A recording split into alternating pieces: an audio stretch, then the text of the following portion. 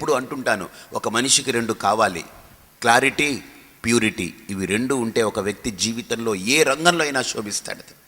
అంటే మానసిక భావాలలో స్వచ్ఛత, బుద్ధి యొక్క ఆలోచనల్లో స్పష్టత, అంటే ఇంటలెక్చువల్ క్లారిటీ. బుద్ధిపరంగా నాకు ఒక స్పష్టమైన వైఖరి ఉండాలి.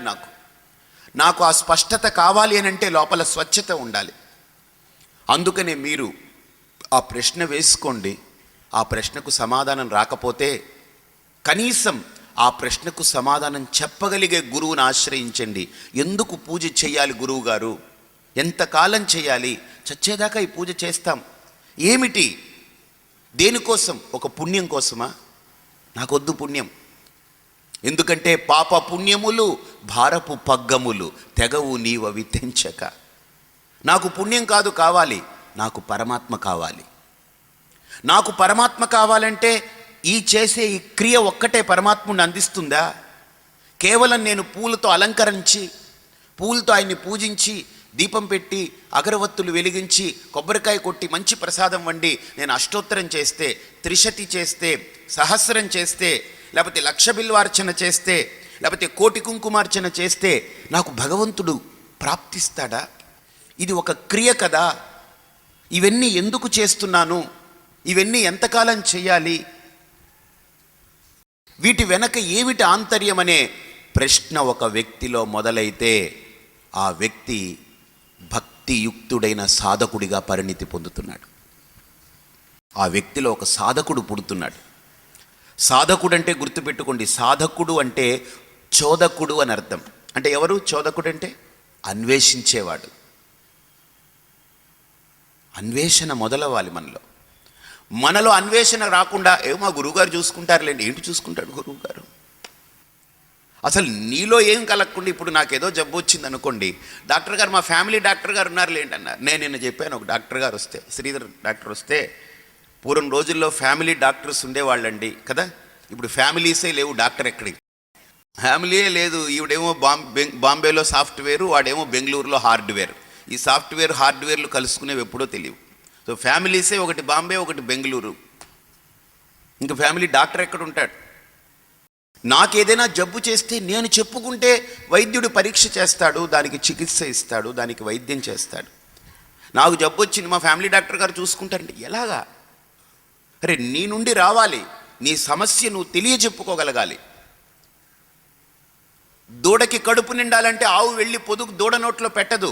దూడ వెతుక్కుంటూ ఆవు యొక్క పొదుగు దగ్గరికి వెళ్ళాలి, అది చేపాలి, అప్పుడే దాని కడుపు నిండుతుంది.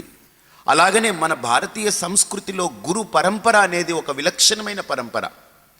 ఒక గురువుని మనం ప్రశ్నించాలి. తద్విద్ధి ప్రణిపాతేన విద్ధి పరిప్రశ్నేన విద్ధి సేవయా విద్ధి ఉపదేక్షంతితే జ్ఞానం జ్ఞానినస్తత్వదర్శిన. కానీ పరమ కారుణికులైనటువంటి గురువులు కొంతమంది ఉంటారు. కృష్ణుడు లాంటి వాళ్ళు, ఆదిశంకరులు లాంటి వాళ్ళు చాలా రేరుగా పుడుతుంటారు ఈ భూమి మీద. వాళ్ళు ఏం చేస్తారు తెలుసండి? మనకేం కావాలో మనకు తెలుస్తుంది, కానీ చెప్పుకోలేని అయోమయ స్థితిలో ఉంటాం. ఆ స్థితిలో ఉంటే మనకేం కావాలో దాన్ని అడిగి మరీ దాన్ని అందించగలిగేటువంటి వాళ్ళు ఇలాంటి జగద్గురువులు అవుతారు. కాబట్టి నేనెప్పుడు ఒక పూజ చేసేటప్పుడు నేను దాంట్లో లీనమవుతాను. లీనమై ఏమిటి పువ్వు వేస్తున్నాను, ఈ పువ్వు మాట్లాడదు, ఆ లింగము స్పందించదు, ఇవి రెండు స్పందించవు, వీటిలో చలనం లేదు, వీటిలో ఏమీ లేదు. కానీ ఒక వస్తువుని ఇంకో వస్తువు మీద పెడుతున్నాను, దీన్ని పూజ అంటున్నాను. అసలు ఏమిటి దైవం అంటే? ఇక్కడ ఎక్కడుంది దైవం? ఈ వస్తువులో దైవం ఉందా? ఆ వస్తువులో దైవం ఉందా? ఎందులో ఉంది దైవం? ఏది దైవం? ఈ ప్రశ్నలు నాలో కలిగేది, తీవ్రంగా కలిగేది. దీపం చూస్తే ఇది దైవమా? ధూపం దైవమా? హారతి ఇస్తున్నాను, అది దైవమా? పంచపాత్ర దైవమా? అన్నింటినీ పూజించమంటున్నారు, అన్నింటినీ ఆరాధించమంటున్నారు. ఏమిటన్న ఆలోచన చేయగా చేయగా చేయగా నాకు అనిపించింది, నేను నా ఇంటిలో ఒక 4/6 ఒక చిన్న గది ఏర్పాటు చేసుకుని దేవుడికి,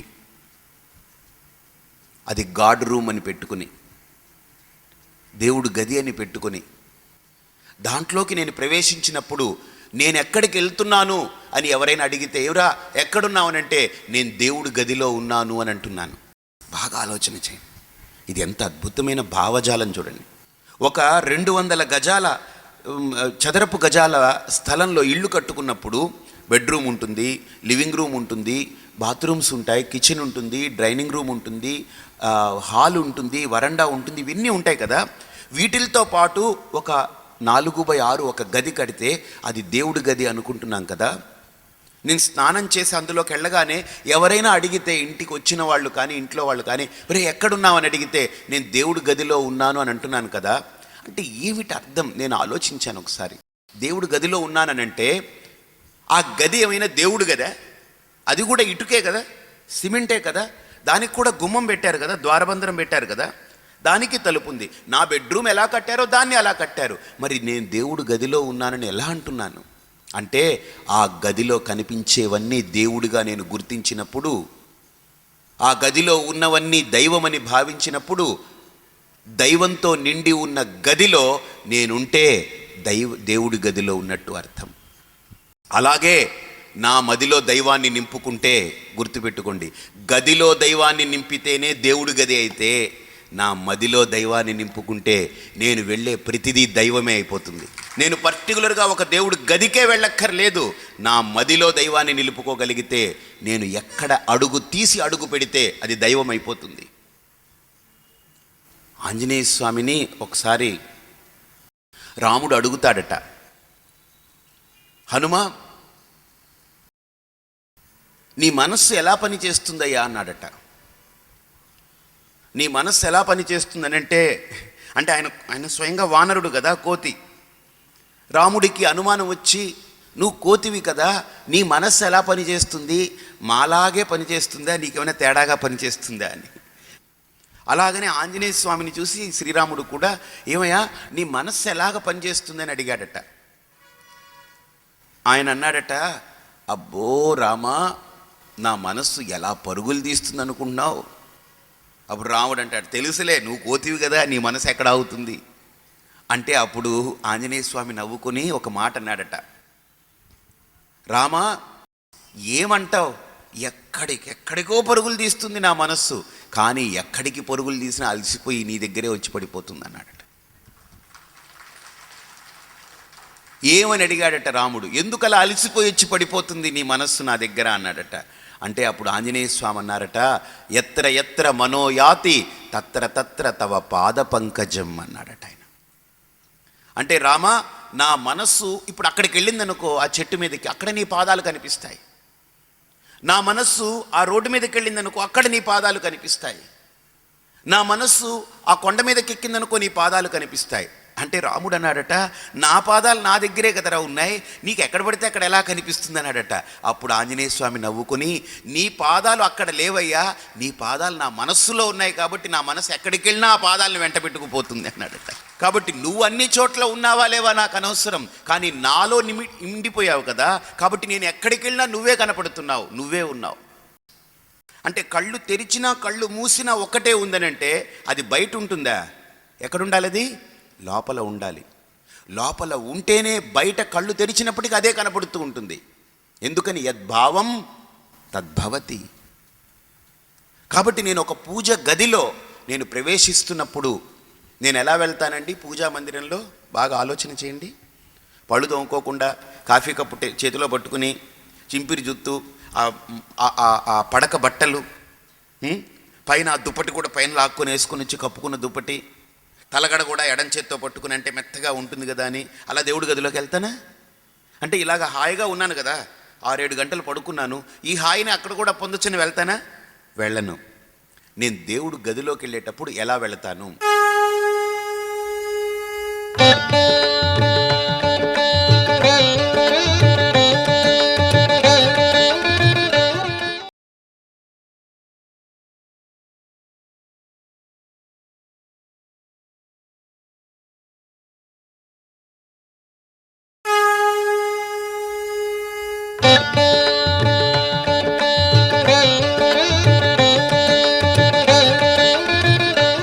నేను దేవుడు గదిలోకి వెళ్ళేటప్పుడు ఎలా వెళతాను?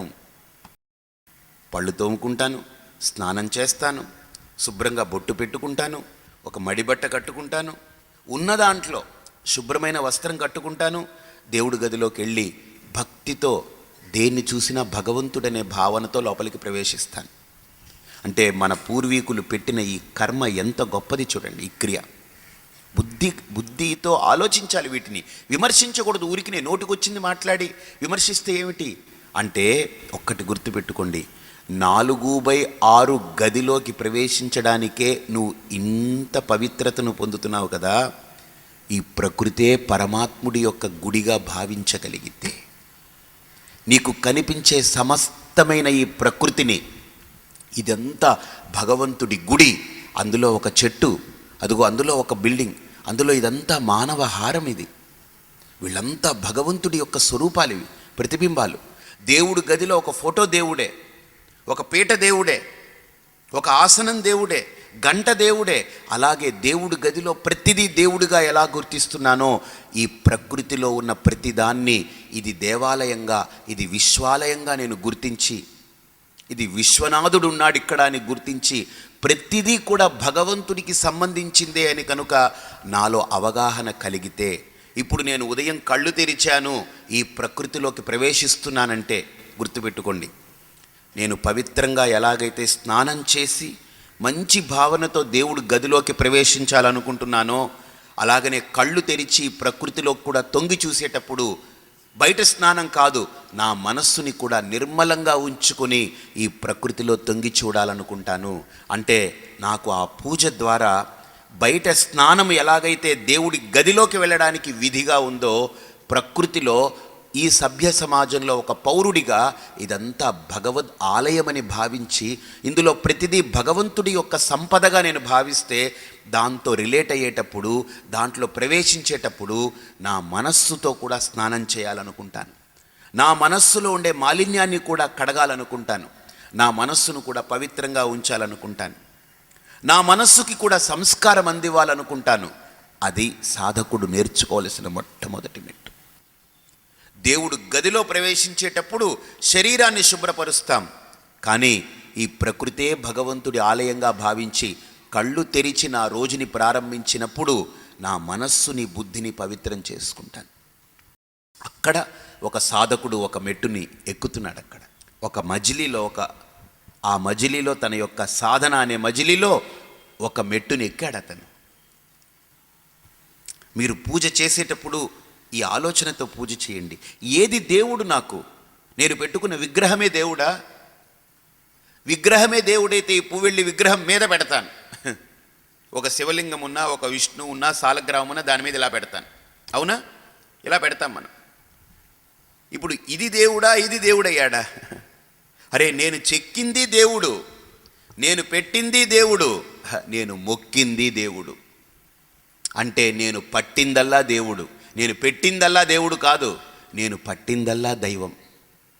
ఏం భావన అండి హిందూ సంస్కృతి ఇచ్చింది. నేను దేన్ని చూస్తే అదంతా దైవం, నేను ఏది వింటే అదంతా దైవం. అందుకనే మన మంత్రం అంటుంది, ఒక్క మాట అంటుంది, యత్ శృతం యత్ దృష్టం. ఏది చూస్తున్నావో, ఏది వింటున్నావో, ఏది అనుభూతి పొందుతున్నావో, తత్సర్వం ఈశ్వరః ఏవ. అదంతా పరమాత్ముడే. పరమాత్ముడు అంటే ఎక్కడో ఒక మూలన కూర్చుని నిన్ను ఇలా చూస్తున్నాడని ఆలోచించకు. ఆక్టోపస్ లాగనో, అమీబా లాగనో, లేకపోతే ఈ స్టార్ ఫిష్ లాగనో వాడెక్కడో పైన ఎక్కడో ఉంటూ ఇలా చూస్తున్నాడని ఆలోచించకు. అరే, ప్రతి అణువు పరమాత్మ కానిది ఏది లేదు ఈ సృష్టిలో. ఈ ప్రకృతిలో పరమాత్మ రహితమైంది ఒక్కటి లేదు. బాగా ఆలోచన చేయండి. మలమండి, అరే మలం అంటే ఏంటనుకుంటున్నావు? నీ అన్న వికారమే మలం, అవునా కాదా? బాగా ఆలోచన చేయండి. మలం అంటే ఏంటి? మనం ఏదైతే మలమని విసర్జన చేస్తున్నామో ఆ మలం ఏంటి? మనం ఈ ప్రకృతిలో మొలిచినటువంటి ఒక అన్నాన్ని తింటున్నాం. ఆ అన్నము వికారము చెందితే మలం అవుతుంది. కానీ గుర్తుపెట్టుకోండి, మట్టిలో పుడితే నీకు అన్నమైతే, నీ పొట్టలో పుడితే ఎన్నో క్రిములకి అవి అన్నం అవుతున్నాయి. మట్టిలో పుట్టింది నీకు అన్నమైంది, నీ పొట్టలో పుట్టింది తయారైంది ఎన్నో క్రిములకి అన్నం అవుతుంది. ఇదొక ప్రకృతిలో ఇదొక విన్యాసం అండి. ఇదొక చైన్ లింక్ ప్రక్రియ. ఇది మనం అసహించుకుంటున్నాం. ఏది? మన కడుపులో ఉంది, మనలో భాగంగా ఉన్నదాన్నే మనం అసహించుకుంటున్నాం. కానీ ఈశ్వరుడు దేన్ని అసహించుకోలేదు. అది మనకు వాడికి ఉండే తేడా. ఈశావాస్యం ఇదం సర్వం అన్నటువంటి ఉపనిషత్ సూక్తి, పూజ అనే ఒక ప్రక్రియను మీరు ఎదురుగుండా పెట్టుకొని ఒక్కసారి ఆస్వాదించండి దాన్ని. ఏదో పూజ చేశాను అని అంటే 10 నిమిషాలు నేను పూజ చేశాను స్వామి, నేను రోజు ఒక అరగంట పూజ చేస్తాను అన్నారనుకోండి. నేను అరగంట పూజ చేస్తాను అనే మీ స్టేట్మెంట్ వెనక ఇంకో స్టేట్మెంట్ ఉంది. నేను 23.5 గంటలు చండాల పనులు చేస్తానని అర్థం. అంతే కదా. నేను అరగంట పూజ చేస్తానంటే అరగంట మంచి పని చేస్తాను అని అంటే 23.5 గంటలు ఏం చేస్తున్నట్టు? పనికి మాలిన పనులు చేస్తున్నట్టు. ఒక ప్రవచనానికి ఒక ఆవిడొచ్చి ఇలాగనే నా ప్రవచనాల్లో వింటూ ఉండేవారు అప్పట్లో, ఒక 10-15 ఏళ్ల క్రితం. అయితే ఆవిడ, స్వామి, అప్పుడు బ్రహ్మచర్య దశలో ఉన్నప్పుడు భిక్షావృత్తి కదా, స్వామి మీరు మా ఇంటికి భిక్షకు రారా, మేము అడిగా శుచిగా వంట చేసి పెడతాము అన్నారు. వస్తానమ్మా, నేను రావాల్సింది భిక్షకే రావాలి, తప్పకుండా అన్న. అయితే వెళ్ళాను. వెళితే వాళ్ళ ఇంట్లో వాళ్ళ కోడలు వచ్చారు. కోడలు వచ్చి నన్ను రండి స్వామి కూర్చోండి అన్నారు. నేను కూర్చున్నాను. వాళ్ళ అబ్బాయితో మాట్లాడుతున్నాను అక్కడ. కోడలు వచ్చి స్వామి నీళ్లు తీసుకుంటారా అన్నారు. అక్కర్లేదమ్మా అన్నారు. అయితే పూజ గదిలో గంటలు వినిపిస్తున్నాయి, ప్రార్థన వినిపిస్తుంది, పారాయణం వినిపిస్తుంది, అర్చన అన్నీ వినిపిస్తున్నాయి. అరగంట అయింది. నాకు ఆకలిగా ఉంది. నేను కరెక్ట్గా టైంకి వెళ్తాను కానీ ముందుగా వెళ్ళేందుకు నేను కాపలా కాయాలి? అక్కర్లేదు కదా. ఆకలిగా ఉంది. అరగంట అయింది, ఎవరు రావట్లే. గంట అయింది, రాలేదు. నేను అడిగానమ్మా, నిన్న మీ అత్తగారు చెప్పారా మీకు, నన్ను పిలిచారు ఇంటికంటే? చెప్పారండి, అన్నీ రెడీగా ఉన్నాయి, సిద్ధం చేసి పెట్టామన్నారు. మరి భిక్ష తీసుకుంటానమ్మా అన్నాను. ఆకలిగా ఉందన్నాను. కొంతసేపు అండి మా అత్తగారు వచ్చేస్తారు, పూజ చేస్తున్నారని. ఏంటమ్మా, నేను వచ్చి గంట అయింది ఇంకా చేస్తున్నారంటే, ఆవిడ మీ ప్రవచనాలు విన్న తర్వాత ఇప్పుడు 2 గంటలు రోజు పూజ చేస్తున్నారండి ఆవిడ, చాలా అసలు ఇది శ్రద్ధగా చేస్తున్నారు. నేను అడిగాను, ఇంతసేపు ఎందుకమ్మా అంటే ఆవిడ నా మీద కోపగించుకుంది. స్వామి మీరొచ్చి ఇంకో గంట పెంచాలని నేను కోరుకున్నాను, మీరు వస్తే అని. అదేంటమ్మా ఎందుకన్నాను. నేను రోజంతా సుఖంగా ఉండేది ఆవిడ పూజ గదిలో ఉండి పూజ చేసుకున్న ఆ 2 గంటలే. మీరొచ్చి ఇంకో గంట పెంచితే నాకు సుఖం ఇంకో గంట పెరుగుతుంది అనుకున్నాను. మీరొచ్చి ఇంతసేపు ఎందుకనంటే నా సుఖాన్ని తగ్గించిన వాళ్ళు అవుతున్నారు మీరు. కాబట్టి పూజ ఈ లౌకికమైన సాధనాలకు కాదు. ఈవిడికి ఎంత సుఖం వచ్చిందో పూజలో తెలియదు కానీ కోడలు మాత్రం సుఖంగా ఉంది. అత్తగారు మీరు ఇంకొంతసేపు పూజ చేసుకోండి, మీరు వీలైతే అక్కడే ఉండిపోండి, మీకు అన్నీ నేను చేసి పెడతాను, గడప దాటి యువతలకి రావద్దు, దేవుడితో అవసరమైతే ఇంకా ముందుకెళ్ళి ఐక్యమైపోయింది, నాకేం ఇబ్బంది లేదు. ఓహో అంత స్థాయికి వెళ్ళిపోతుంది. కాబట్టి ఒక ఆలోచన ఒకసారి చూడండి. నాకైతే నేను చేసే ప్రతి ఆ క్రియ వెనక ఎందుకు మన వాళ్ళు ఇది పెట్టారు, తెలివి తక్కువ వాళ్ళు కాదు. దీని వెనక ప్రతి కర్మ వెనక ఒక భావుకత ఉంది, ఒక అర్థం ఉంది. ఆ అర్థాన్ని స్పృశించగలగాలి మనం. ఆ అర్థాన్ని మనం ముట్టుకోగలిగితే తప్పకుండా అది మనల్ని పరమార్థానికి చేరుస్తుంది. మనం అదేది పట్టించుకోం. గుడ్డెద్దు చేలో పడ్డట్టు ఎవడో ఏదో అంటే ఇంకా పరుగులు తీయడమే మనం. అందుకే నాకెప్పుడు నేను చదువుకున్నప్పుడు, మా అమ్మ తెలుగు విద్వాన్, ఆవిడ తెలుగు టీచర్గా పనిచేసింది ఇదే ఊర్లో బుచ్చిరెడ్డిపాలెంలో. ఆవిడ ఏ స్కూల్లో చదువుకుందో ఆ స్కూల్లోనే టీచర్గా పనిచేసింది ఆవిడ. ఆవిడ నాకు కొన్ని శ్లోకాలు నేర్పేది. ఇంట్లో కూర్చుని, ఆవిడ కళ్ళు కనపడేది కాదు, కొన్ని శ్లోకాలు నేర్పేది. ఆవిడ నేర్పిన శ్లోకాలు నాకు బాగా నచ్చింది. వినదగునెవ్వరు చెప్పినన్ వినినంతనే వేగుర పడక వివరింపదగున్ కనికెల్ల నిజము తెలిసిన మనుజుడే పోల్ నీతిమంతుడు మహిళో సుమతి అని. ఆ సుమతి శతకం నేర్పించే తల్లులు ఆంధ్ర రాష్ట్రంలో మాయమైపోయారు. అందుకనే పిల్లల్లో సుమతి లేదు, కుమతులు పుడుతున్నారు. ఇప్పుడు దుర్మతులు పుడుతున్నారు, కుమతులు పుడుతున్నారు. మళ్ళీ తల్లులు వాళ్ళ ఒడిలో పిల్లల్ని కూర్చోపెట్టుకుని అమ్మ ఒడిని ఇవ్వాలి. ఆ అమ్మ ఒడిలో పిల్లలు సుమతి శతకం నేర్చుకోవాలి, వేమన పద్యాలు నేర్చుకోవాలి. కాబట్టి పిల్లలకి మొట్టమొదటి బడి తల్లి ఒడి, అది గుర్తుపెట్టుకోండి. పిల్లలకు గుడి అమ్మ ఒడి. దాన్ని మనం దూరం చేస్తే చిన్న పిల్లలుగా ఉన్నప్పుడు 5 ఏళ్ల వరకు పిల్లల్ని మీ ఒడిలో పెంచండి. 5 ఏళ్ల తర్వాత బడిలో పెంచండి. మీ దగ్గర పెట్టుకోకండి. ఎందుకనంటే వాళ్ళకి ప్రాపంచికమైనటువంటి భావజాలం పెరుగుతుంది. మీ నుండి ఏవో వాళ్ళు ఆశించడం మొదలు పెడతారు. కాబట్టి ఆ సమయంలో, ఆ ప్రాయంలో మీరు వాళ్ళని దూరంగా పెట్టండి. గురుకులంలో పెట్టేవారు. 8 ఏళ్ళు రాగానే గురుకులానికి పంపించేవారు. తల్లిదండ్రి దగ్గర పెట్టుకోరు. అప్పుడే పిల్లాడు సంస్కరింపబడతాడు. అక్కడ వాడికి విశృంఖలత్వం అనేది తగ్గిపోతుంది. అక్కడ గురుకులంలో అంటే విశృంఖలత్వం అంటే ఇష్టం వచ్చినట్లు ప్రవర్తించడం. ఇంట్లో తల్లిదండ్రి దగ్గర ఇష్టం వచ్చినట్లు ప్రవర్తిస్తాడు.